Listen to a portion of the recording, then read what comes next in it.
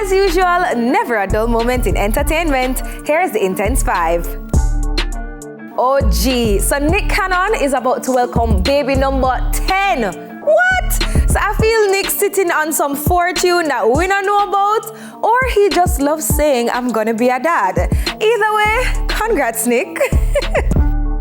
The one and only Usain Bolt has filed an application with the US Patent Association to trademark his famous pose. I know some of you are saying him just had to do that, but apparently he made attempts in the past, but it never worked out. So I really hope it does this time around. Khalid says God did and dropped an album that has literally everybody on it, including Buju, Sizzla, Capleton, Skilly, and of course Bounty Killer. So at first, we heard Poor and Bossy was involved in fraud. 2 days later, we heard Tantablax was involved in fraud. What we didn't expect was for it to be the same case. Ah boy, I mean, Tanta's people released a statement, so we'll see what happens there.